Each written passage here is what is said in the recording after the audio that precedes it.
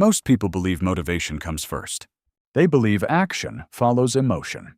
If they feel motivated, they act. If they don't, they wait. They wait for the right mood, the right energy, the right moment when starting feels easier. And while they wait, nothing moves. Days pass. Plans stay untouched.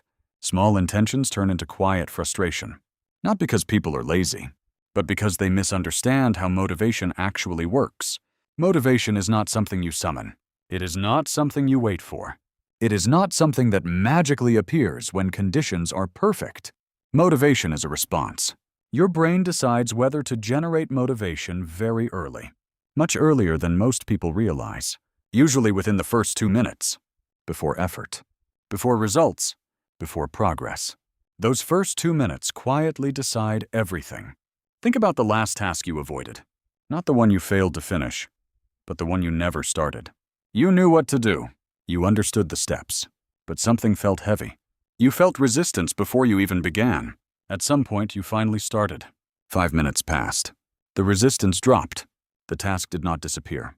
The difficulty did not vanish, but the pressure eased. That tells us something important. The pain is not in the work itself. The pain is in the anticipation. Before you start, the task is abstract. Your brain has no real data. It does not know how hard it will be, how long it will take, how uncomfortable it will feel, or whether you will succeed. So it fills in the gaps, and it almost always assumes the worst. That assumption is not negativity. It is protection. Your brain evolved in an environment of scarcity. For most of human history, effort was expensive.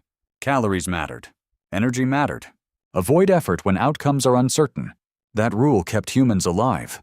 But modern life is different. Survival is easy. Growth is hard. Your brain does not care about growth. It cares about safety. So when you think about starting something difficult, your brain runs a prediction. How much energy will this cost me? If the answer feels unclear or large, resistance appears. That resistance feels like procrastination, distraction, sudden tiredness, loss of motivation. Not because the task is dangerous, but because the cost feels unknown. This is where most people get trapped. They believe motivation must come before action.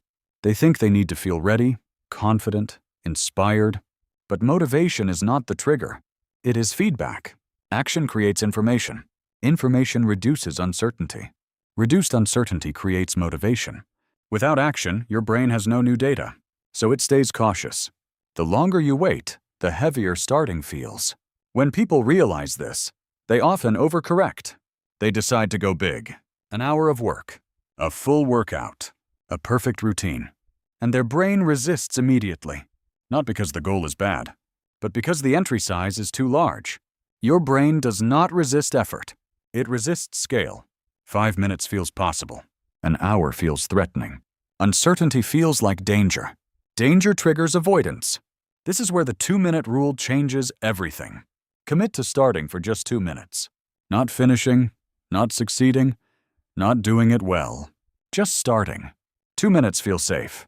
Your brain does not fight 2 minutes. It fights expectation and fear. Once you begin, the task becomes concrete. Effort becomes measurable. Fear becomes outdated. Your brain updates its prediction. That update releases dopamine. Dopamine is permission. Permission to continue. This works even on low-energy days. Motivation depends on emotion. The 2-minute rule depends on mechanics. You do not need confidence, inspiration, or belief. You only lower the starting cost. 2 minutes do exactly that. Over time, evidence accumulates. That evidence reshapes identity. You become someone who begins anyway. Identity changes behavior. Consistency matters. 2 minutes are enough to begin. Beginning changes everything.